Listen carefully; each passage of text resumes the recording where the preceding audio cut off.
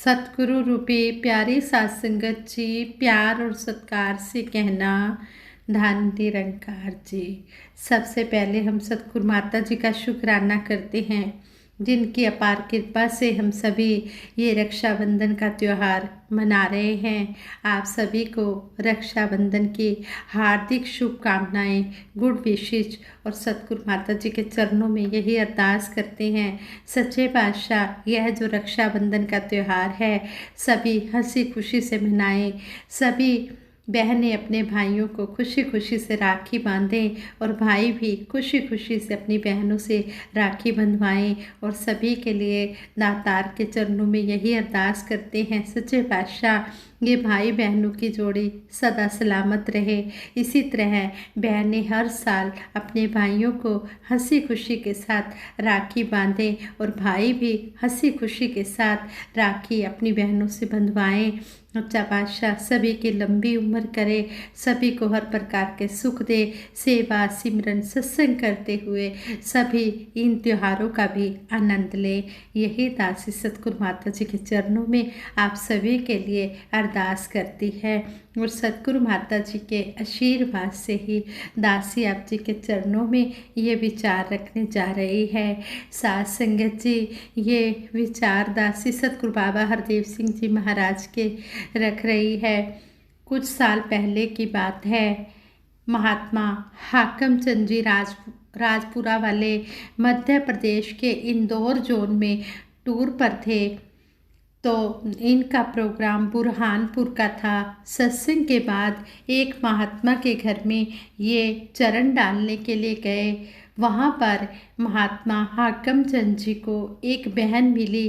वह कहने लगी कि अंकल जी, मेरा कोई भाई नहीं है, मेरा ध्यान है कि मैं सतगुरु बाबा जी को राखी बांधूं, परंतु मेरी पहुंच वहां तक नहीं है। यह कहकर वह बहन कुछ उदास हो गई, उसकी आंखों में आंसू आ गए।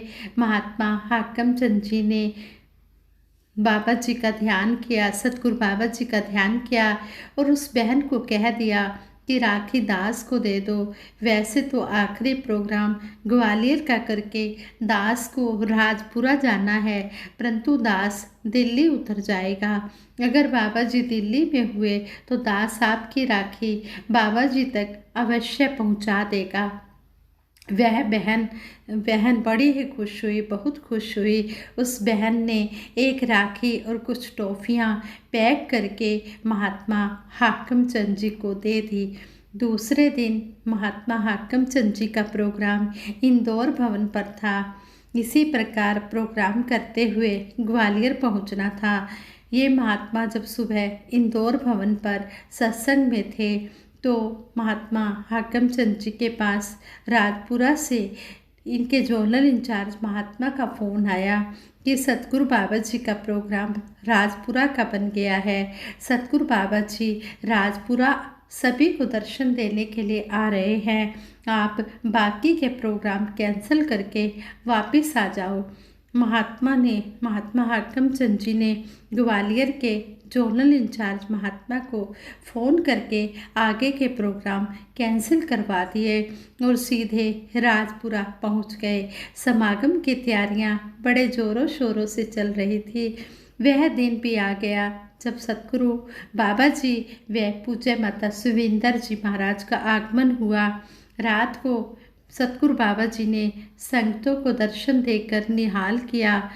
खाना खाने के बाद सतगुरु बाबा जी सैर करने के लिए भवन हाल की छत पर चले गए। रात के 2 बज चुके थे। कुछ देर के बाद महात्मा हाकम चंद जी भी भवन की छत पर चले गए। बाबा जी सैर कर रहे थे। महात्मा हाकम चंद जी भी बाबा जी के साथ सैर करने लगे। सतगुरु बाबा जी महात्मा हाकम चंद जी से टूर प्रोग्राम के बारे में पूछने लगे कि कितने प्रोग्राम कैंसिल किए हैं। जहाँ जहाँ गए वहाँ वहाँ के सभी महापुरुषों का हाल सतगुरु बाबा जी ने पूछा। इस समय वह पैक्ड राखी महात्मा हाकम चंद जी ने बाबा जी के चरणों में समर्पित कर दी। सतगुरु बाबा जी के चरणों में समर्पित कर दी। सतगुरु बाबा जी ने राखी अपने पास रख ली। महात्मा हाकम चंद जी ने कहा, बाबा जी ब्रह्म कुमारी बहनें आप जी से मिलना चाहती हैं। सतगुरु बाबा जी ने सुबह का समय मिलने के लिए दे दिया।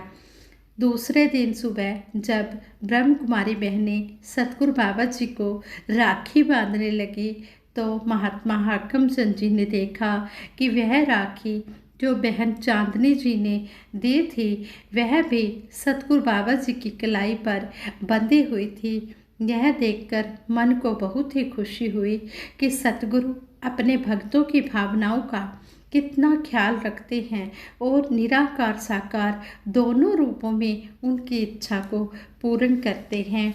तभी तो संपूर्ण हरदेव वाणी में भी सतगुरु बाबा हरदेव सिंह जी महाराज ने फरमाया है, गुरु की दृष्टि में तो कोई ना निर्धन है ना धनवान है।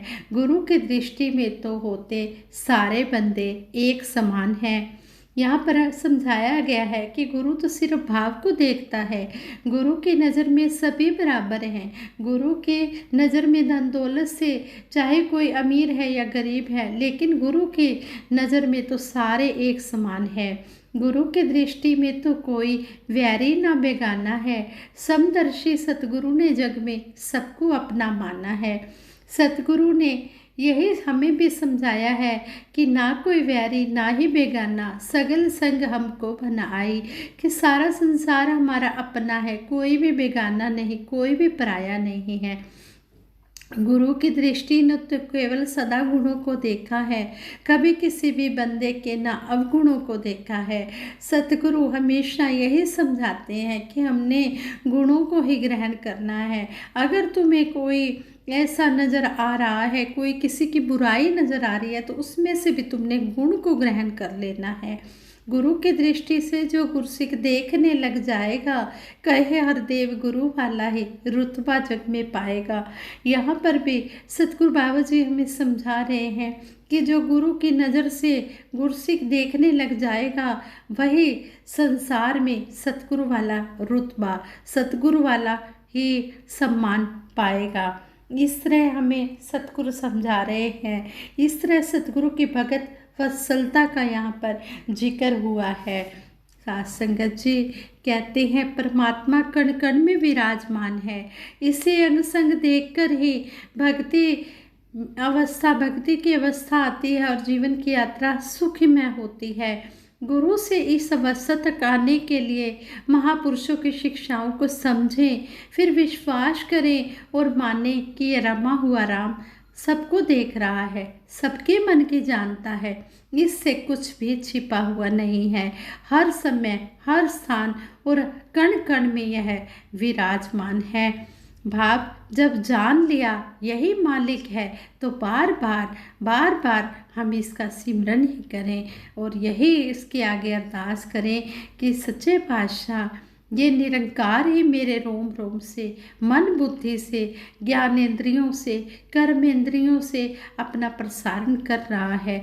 फिर संपूर्ण हरदेव वाणी की पंक्तियाँ भी इसमें हम में प्रकट होंगी। तन मन धन को अर्पण करके शरण गुरु की आ बंदे, कहे हरदेव यही है मौका, ज्ञान प्रभु का पा बंदे।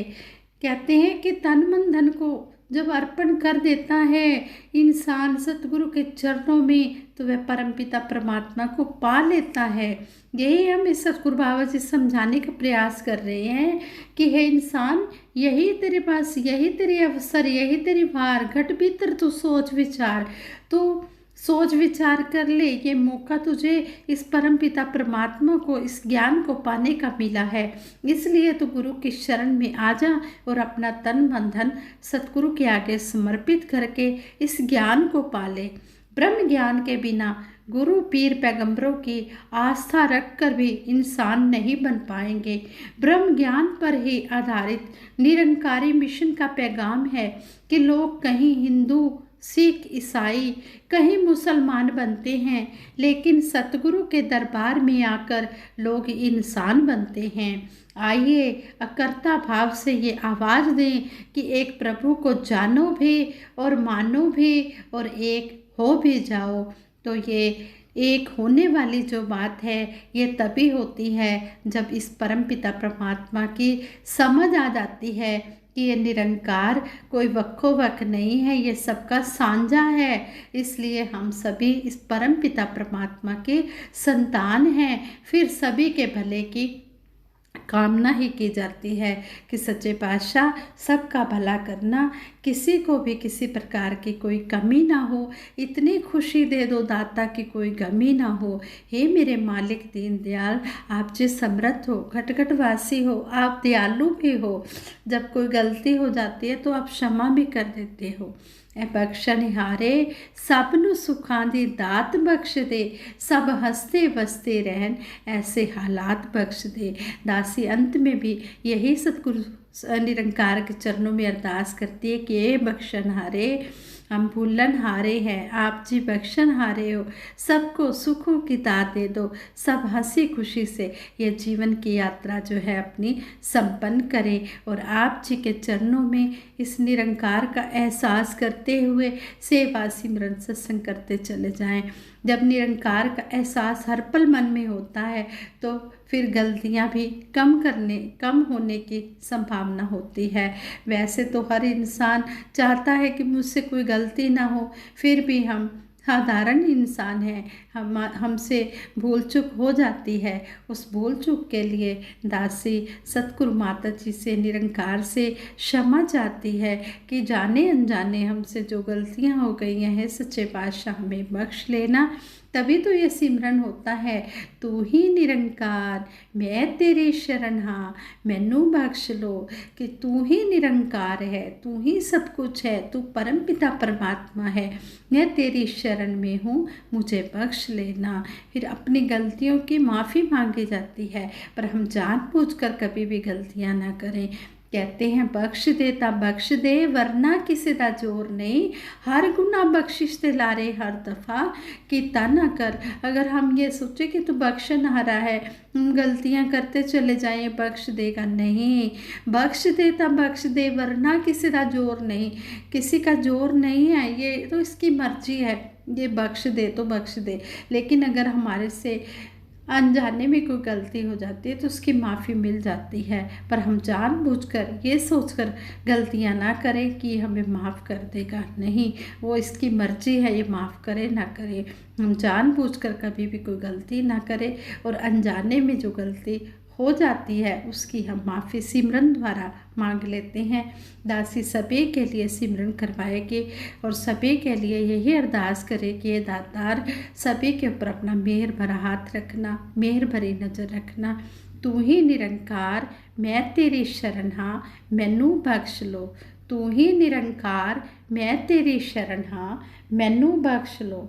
तू ही निरंकार मैं तेरी शरण हाँ, मैनू बख्श लो।